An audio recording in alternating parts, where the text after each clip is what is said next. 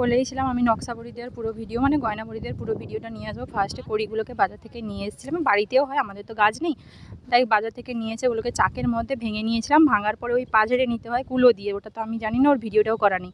তারপরে বড়িগুলোকে রাত্রে ভেজানো ছিল, সকালে মা বের করেছে, আমি ঘষে দিচ্ছি একটা চটের বস্তার মধ্যে যাতে খোসাগুলো ছেড়ে যায়।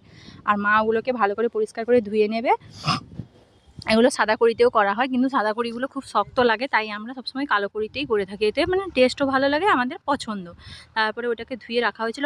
বিকালে ওইটার মধ্যে যতগুলো কালো কালো দানা আছে ওগুলোকে বেছে নিচ্ছি। বাছার পরে মা ওগুলোকে মিক্সিতে এবং শিলের মধ্যে পেস্ট করে নিয়েছে, ভালো করে কোনো যেন না থাকে, 2-3 বার করে একবার পেস্ট করে নিয়ে তারপরে শিলের মধ্যে ফেটাতে হবে। ফেটানোর মধ্যেই হয় বড়িটা।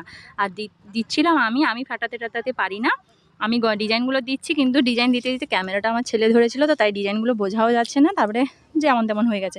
তোমরা কারা কারা গয়না বড়ি দিতে পারো, এবং অনেকেই এখন প্রায় গয়না বড়ি দিতে পারে। আর এগুলো আমাদের মেদিনীপুরে আগে কেউ জানতো না তেমনভাবে, কিন্তু পরবর্তীতে এখন আমরা প্রায় সবাই জেনে গেছি গয়না বড়িতে। আমি যখন জেনেছিলাম ওটা ছিল ক্লাস 8-এ, ওটা তখন কলকাতা থেকে একজন জেসনিমা এসেছিলো, ওই আমাকে দেখিয়ে দিয়েছিল।